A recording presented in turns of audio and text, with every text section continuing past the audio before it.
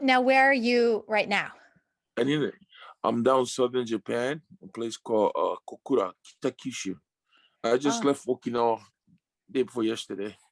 I was out there for 2 weeks, did some shows, um, did some barbecue promotions, and then I'm here. Actually, I'm cooking for a party of 800 people tomorrow. Oh, good whoa. Lord. So How do you even do that? easy, just do it. Like Nike says, just do it. Do it. Don't think about it. Just work. My father always told me, just shut up and work. Well, it's Simple, apparent. simple. You seem like you work all the time. Yeah, you I'm do. so impressed. You make the rest of us look so lazy. It's a mentality thing. Since I joined sumo as a sumo wrestlers, our schedules are so busy, and it became kind of part of how we are. We early morning birds. We get up early all the time because our morning starts, and we're trained to always be on before time, not on time, way before time. So if we are scheduled to be at a restaurant at 6 o'clock, majority of the time we be there like 5:15, 5:30. It comes out of respect. Everything we do in sumo is about respect. So if you're hosting or somebody's inviting you, it's only proper that you be first there to wait for your clients or guests to when they arrive there, you get to host them or invite them in, But you're not allowed to go inside and wait. You're supposed to be outside and waiting for them to come. So it's all a Japanese thing. And then I just got more aggressive because after retirement, I left the sumo association to start my own business. Mm-hmm. And as a business person, and nobody actually achieves anything. We sit around, and I've always been as big as I am. I hate to stay around. I cannot be sitting around. I'm glad because it helps me not to get even bigger. Because if I was sitting home eating Cheetos. We have a Cheetos problem here, like a big Cheetos problem in our family. I don't even buy that damn thing because it is a problem. No. So I'm Laurie, and this is Leslie. Yes. Just so you know. Hi, nice to meet you. Ellen Nels, what's up? Oh, that's so nice to meet you. What's crazy So nice to meet you. is I lived in Japan from 98 to 99. So I was telling you just missed my career. I know. That's what we were just talking about. I about. retired in 97. Yes. Oh, I know. We've done so much research on you, but you have been a big part of when I came into sumo, I came in with the Hawaiians like Akibono and Musashi Maru. I came in there and they were Yokozuna. Yeah. But when I turned on the TV, I couldn't understand obviously much Japanese because I was working at Disney and everyone was speaking to me in English. So I did not get to learn Japanese as much. But the one thing I remember is that you were all over the place. Like after you retired, I was like, who is this personality? And the commercials, all the commercials, and I had seen obviously your famous pictures, and I was like, who is this guy? And so I think I knew at the time, coming fresh over from America, having no idea what sumo is, you were very much like a presence, but I just beat me to it. Like if you had just wrestled for 1 year longer. If your knees could have held out just a little bit longer. I was bust up. Even now, after the career, my body I have to live with painkillers every day, man. It's like every other sport. If you live back in the old NFLs and the basketball, we didn't have all the right technology like they have now, the vitamins and so what? We had to cheat. That's why if you look back in NFL history, or football history, or baseball history, people was taking steroids and all that shit. They need that damn thing. I understand that shit. I'm glad that I didn't take it because I didn't have it. But yet, I still have to take painkillers and take cortisone shots in my shoulders, my knees to survive. Because the difference about the other sports, they have a season. We don't have a season. It's a year-round sport.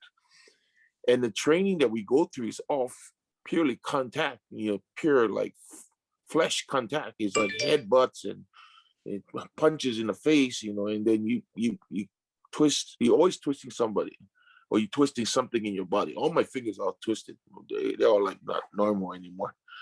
But that's the case. It's something you got to live with, and I guess the new generation, they have all these new technology to have the young athletes actually stay as good in shape as long as they can play in sports. Like somebody like LeBron James still jamming at that age because they have the technology, and plus, if you get if you get paid $500 million to play basketball, it's like different. First off, I have so many things I want to ask, but when you first came into sumo and you were in the Takasago stable and you had been brought in by Takamiyama, when Mm. you first started your sumo life, like as an underling, like way down, what is that experience like? And for you, do you feel like your experience was different just because you kind of had another Hawaiian, like a presence of somebody that could kind of show you this is the way it goes? Or did you get the same sort of treatment as everybody else who was a newbie in the stable? There's no difference. You get the same. You get the same treatment. You start from the bottom. I call it. It's a dirt bag. You become the dirt bag of the stable, and obviously just having Jesse there was helpful. But Jesse wasn't living in a stable. He already was. Although he had a family, he lived away from the stable. Mm. But the process doesn't change no matter what. I just was glad to have somebody to speak pidgin English to.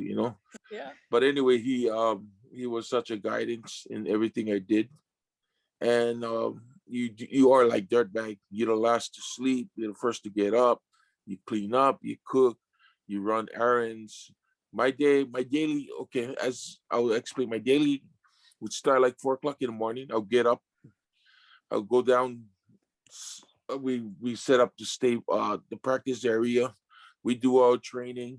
Then about like 5:30, 6 o'clock, the next rank comes in. When all the ranks on the bottom comes in, up to Makusta comes in, like by 7 o'clock, they're all in there already.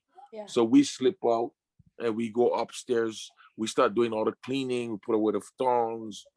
And then we start cooking. And then when they're finished practicing, they shower and they eat. And then when they finish eating, we finally go clean the stable. We shower and then we eat. And then we clean up we wash the dishes and all that stuff. And our day, like in the morning, ends like maybe 1 o'clock, 1:30. No. And then right after that, we have to go and wash clothes. We got to go to the laundry, take all our veterans' clothes and wash their clothes and be back by 4 o'clock to clean up again after they take their rest. And then 6 o'clock is dinner again. So right after we clean up and set up their futongs for sleep at night and grab whatever they need, magazines, drinks, and whatever they ask for it, you always have to set up their futongs a certain way. And then we go back into cooking, and then the same process for night because there's only 2 meals a day.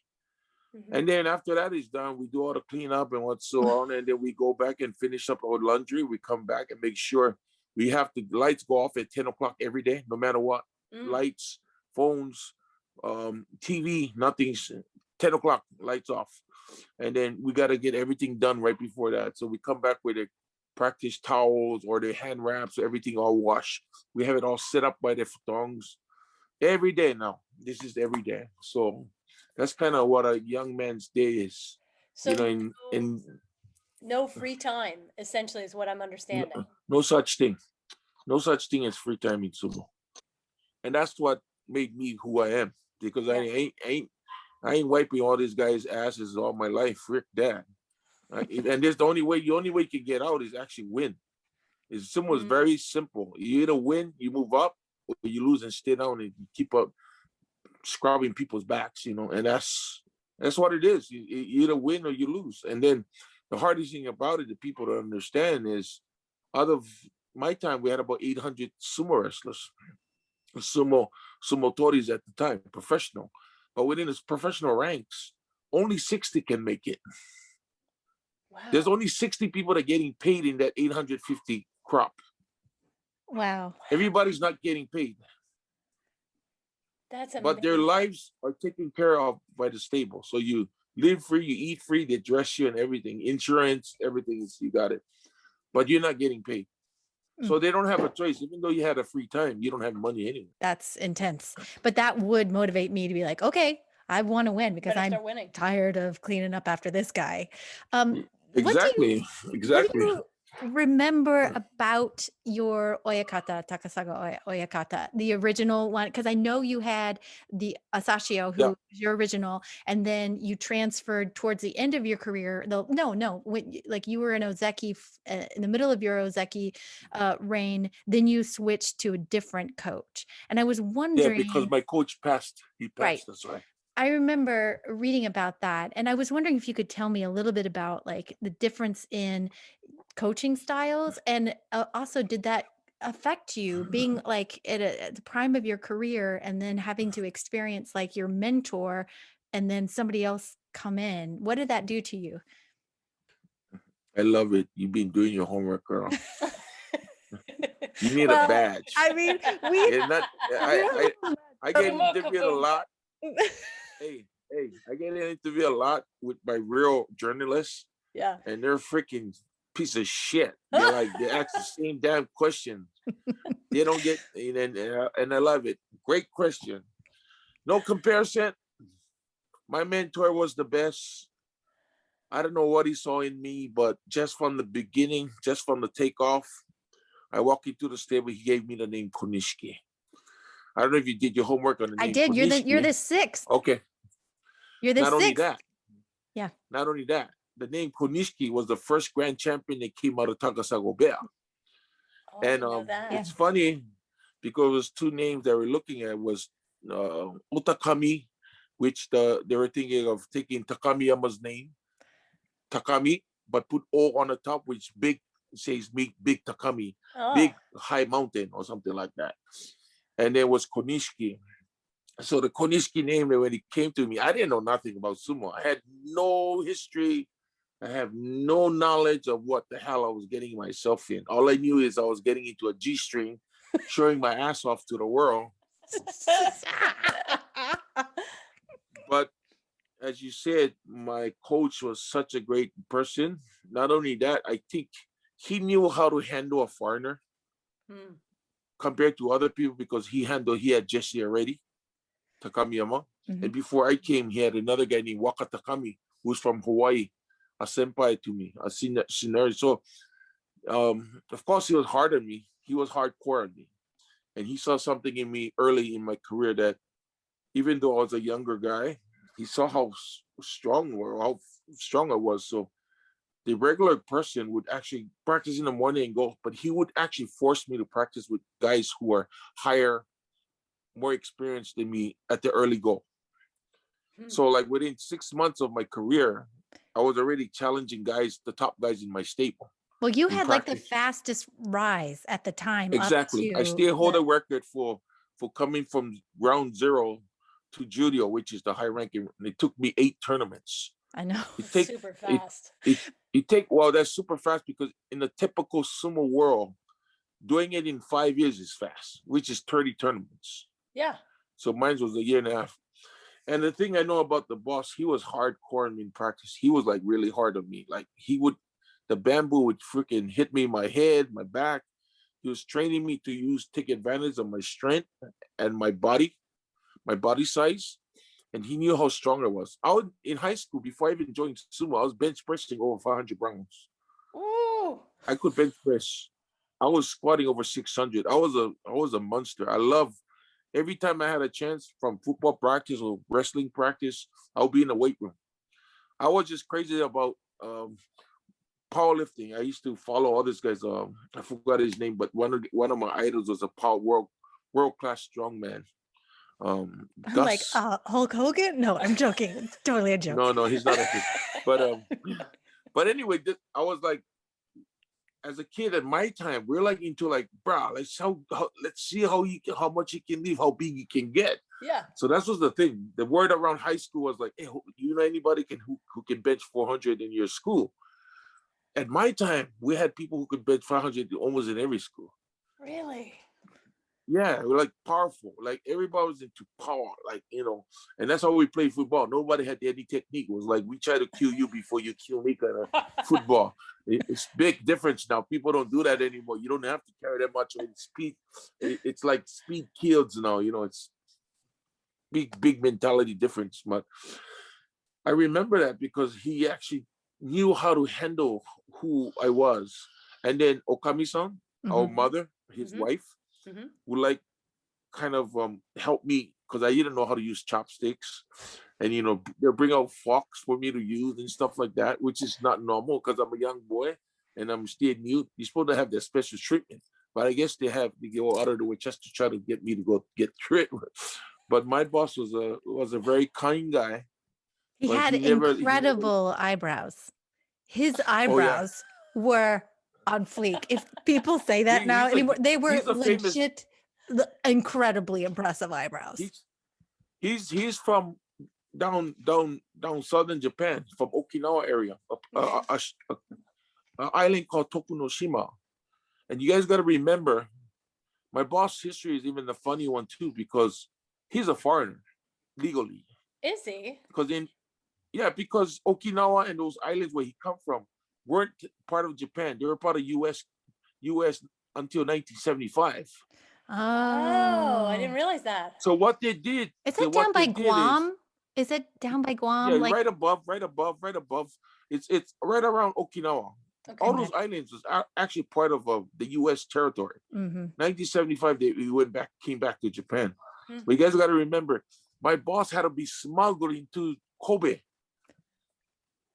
to become a sumo wrestler. Really? Yes, so no No. one knew until later. I think they smuggled him when he was like 12 or 13. Whoa. So before, until later on, they found out where he was originally from. But originally, he had to come in this sneaky means so they can be a Japanese sumo wrestler. Oh my God, And that's he great. That's and amazing. he was a grand champion, so he's very famous. Oh yeah, it was Yokozuna. I don't know much about him actually. Yeah. I did Well, not look him what's up. interesting, like she and I have such different interests. So within sumo, like Well, and we came to sumo at very different times. Yeah. I'm a much more recent fan of sumo.